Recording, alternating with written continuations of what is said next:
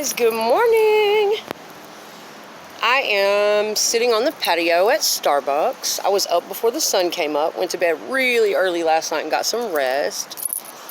And the sun's about to come up now. I don't know, it may be overcast today, but anyway. Yeah, this is where I am. There.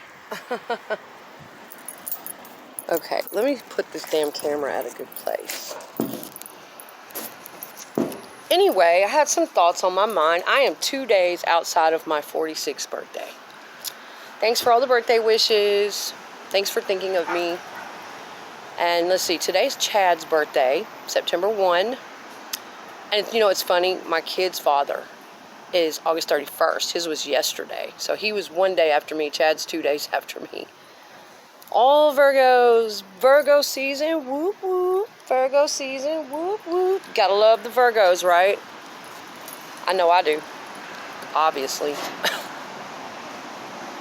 Anyway.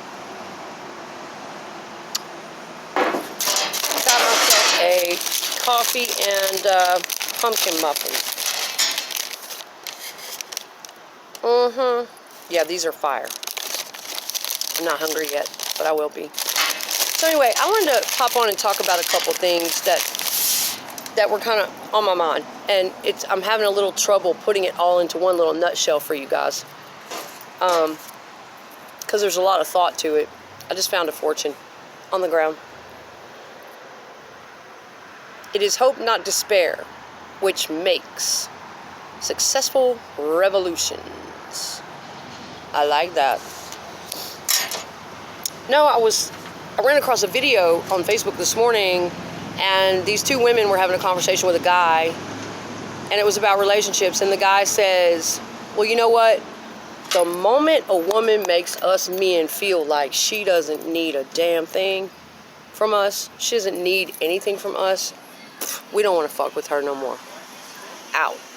And I was like, I just started to cringe when I heard him.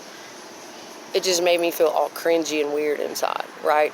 And I liked her response. I did post this on my Facebook. And I liked her response. Now, look, there's a lot of ways to look at this, okay? And that's who I am. That's kind of what I want people to get a grasp on. I am trying to contribute to not only raising my own consciousness, but sharing knowledge and perspective to help raise the collective consciousness to whatever bits and pieces other people can pick up on. That's pretty much what I do, okay? I'm not on here just to spout my opinion. That's whatever. It is my perspective on things a lot of the time. But you know, a lot of times the average person thinks, oh, that's just somebody spouting their opinion. Because the average person may not take time and years out of their life to study one subject, to do research, to read literature and books on that subject for years, to go and study under other people, to go to therapy, to do case studies, to have long, detailed, and thoughtful discussions with the people around them throughout the years, learning and growing and observing and taking in knowledge. That's where I'm coming from. That's what I have been doing for years. So when I get on here and talk about things, it's not necessarily just, oh, that's her opinion again. No, it's kind of coming from somewhere.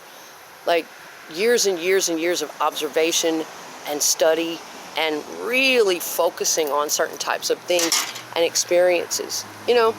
So anyway, she says this to him, and off the top, you know, she did give a good response. And it would be the same response I would have given, because that's where I am in my consciousness, you guys. So that's what this video is all going to come full circle to, is one of the number one reasons males and females have so much trouble together. People in general have so much trouble together, fitting together, being compatible, understanding one another, which males and females are wired differently anyway. And so it does take a lot of understanding to stop trying to force each other to change, be something that we're not, and understand each other where we are, for who we are, how we're wired, and all that. But she responded back to him and she said, I'm not going to be with a man because I need to be with him. I'm going to be with him because I want to, because I fucking choose to. And, you know, that's the level of consciousness that I'm on. That's the same exact answer I would have given. That's what I feel, okay? But there's some things to be discussed around that. People are going to jump in and say, but, and well, and but this. Okay, so there are some things to be discussed around that and why, you know, the ins and outs of why we feel that way and what's up with that, okay? Now, with all that being said, I'm going to say this. After all I've been through in my life, the experiences, the relationships, the marriages, the therapy, the studies, the observations, whatever, and the things I've shared with you guys, after taking in all this stuff, you know, and coming full circle in relationships, I have come to realize that something that Teal Swan said in one of her pieces of work is very true. Some of you may know of Teal Swan, others may not. Some of you may hate Teal Swan. She's got a weird reputation. I think a lot of her work is good. To me, you should take what resonates with you, what sounds legit from your own experiences, and throw the rest in the trash. You don't have to hate the person. Okay. Or sum up all their work as bad, because some of it might be legit and you might be missing out. But she said, not everyone is a frequency match. And for those of you that this isn't going, you're not going to get it, it doesn't sound good to you, just go on, cut the video. This isn't for you. But for those of you that get it, not everyone is a frequency match. Not everyone is a good vibrational match together. Now, a lot of times that's true. We come together with people who are not our vibrational match. And we are hoping, sometimes we're unaware of it. We think they are, or we don't know, or we're clueless to that kind of thing. Sometimes we're aware that they're not on our frequency, that we're not matching frequencies with them. And we hope that it will get there. That somehow, some way, our frequencies will begin to be the same, where we can vibrate well together. You know, and if you understand energy, then you understand this. And if you're with a person going, what are you talking about? You want to change me? You want me to change? You want us to be the same? But how can people be the same? We're not supposed to be the same. We learn from each other when we're not the same. Okay, those are all valid points, but that's not what we're talking about here. We're talking about a level of vibrational energy, a frequency where two people, their energy can complement each other, respect each other, and just be in the same space together and get along and be compatible, be for each other's well-being underneath it all. We're not really talking about all those other ins and outs. And a lot of times people get together and they don't have that. Now, for the honeymoon period, a few weeks, a few months, everything's all good. Because a lot of times people are putting their best face on during that time. But when that time ends and it comes down to the long haul, and it's shit's time to get real, it's time to show who you really are in this relationship. A lot of times people don't make it through that. They're bickering and arguing and things are turning toxic, and I want you to do this and I want you to do that, and if you would just be this way, then I could just be that way, and if this would just do this. And a lot of people don't want to give up, or they look at it like giving up. If they sit down and say, you know what, this isn't working. I've been guilty of it. I've been guilty of hanging on and hoping in a relationship where we're on two different frequencies, okay? Now, we can talk about emotional problems, personality disorders, addictions, and differences factoring in later. Right now, we're going to talk about being on two different vibrational fucking frequencies. Naturally, if you pair up with someone who, and you might be an addict too, well, what if you're on one substance and they're on another substance already? You know what I'm saying? Okay, it's the same equivalent of how, you know, sober people say, can't stand a drunk person and a drunk person can't stand a sober person. Boom, there you have it. That is a perfect example of one person is on one frequency or level, vibration of energy, and the other person is on another frequency, vibration of energy. And the two do not get along. It's like the sober person, all they're hearing is, They're not hearing that drunk person. And the drunk person, all they're hearing is, bitch, murmur. They're not hearing each other. They can't really see each other. They can't really consider each other. They are hitting brick walls with their energy. That is what I'm talking about, okay? And that's what I've come to learn. That a lot of times as couples in relationships, we are not a vibrational match. We are trying our best to make it work with someone, and we're in two different, not only in two different frequencies, but we're on two different levels of consciousness too. Different dimensions of consciousness. And when you're on a different dimension of consciousness with someone else, you can't hear each other. You can't see each other. You can physically be there in the room with each other. You can do things together all you want, but you're not really hearing each other. You're not really seeing each other and connecting for all that you could be. So that's really what I've come to learn. And so when that guy said that and she responded to him, okay, let's get into that a little bit. Now, I know people are going to have a lot to say, and that's all this is. It's a discussion. It's not me telling you what you should think, what you should do, what I would do. No, it's just a discussion to open our mind and raise our consciousness and examine these things. What works for one couple might not work for another couple. There's somebody out there for everybody that can get along just fine with what you have to offer, okay?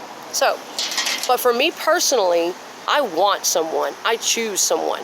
I don't want to get with them because I need money, I need a car. I'm so scared to be alone, I'm going to cling to your leg. Because people like that, within 2 weeks, 2 months, 6 months, a year,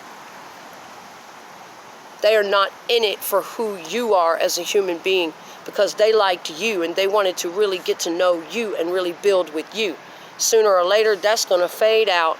Or if you have to be sick in the hospital, or if you have to be away at work for too long, or whatever the case is, when your back is turned, because they got with you for those reasons, they can't, that means there's a problem with them. It generally indicates that, and we need to examine this. When people get with other people out of need up front, it generally indicates a psychological problem, an emotional problem, or a level of emotional immaturity. And when other people want you to need them. When he said, we won't even fuck with women that don't need us. If a woman don't need us for nothing, we're done fucking with them. That made me feel so cringe, because that is a man, and there are women and men both out there like this that want you to need them. It's because they feel inferior. They want you to feel insecure, broken, financially strapped. They want you to be dependent on them because they don't feel enough confidence inside that they can have you and keep you just for who they are, just because you love them and want to be with them. They need you to need to be with them. You see the lower level this is on, the lower frequency of consciousness this is on. So it's all going to depend on what levels of consciousness we're on, guys, whether we get this or not. Now, some couples are on a level of consciousness where it makes sense to them, and that's where they're going to be, and that's okay. But for people on other levels of consciousness, like the woman who responded to him, and like myself, that's my level of consciousness. I don't want to be with anybody because I need to. That wouldn't be fair to them. And I don't want my partner to reject me because I don't need him. And I've been rejected like that before with men. Now, let's be fair. People are always going to throw that up. Yes, men and women both do these things. But there are differences in men and women that we need to discuss as well, okay? And when it comes to, you know, tripping out over somebody's strength, okay, that needs to be discussed. I only have a little bit of time here, so I don't want to get lost. I may have to do a part 2, you guys. So, yeah, but when he said that, there are a lot of men that feel that way. They feel inferior, insecure, and they feel like if a woman is not dependent upon them, totally needy upon them, he needs to contribute this, then that to her, then they start to feel not good enough or whatever, what have you.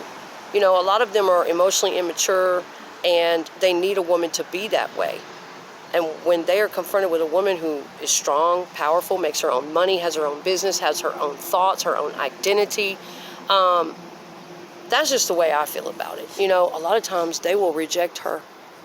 And it hurts to either have to water yourself down to the ground and be a needy, broken damsel in distress or get rejected. But that's why we have to attract to people on our same frequency, in our same level of consciousness. Because a man and a woman on that level of consciousness would never reject you for being strong, would never feel inferior to you. He would boost your shine all the way up, and he would feel just as powerful as you standing there with you.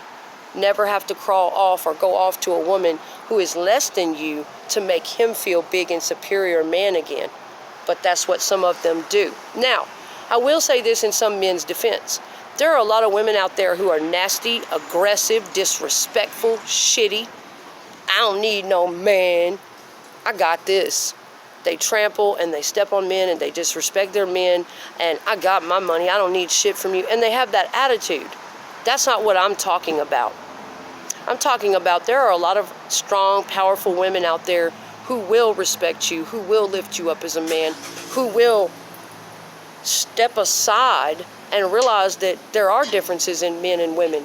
She will not try to be the man. I don't want to be the man.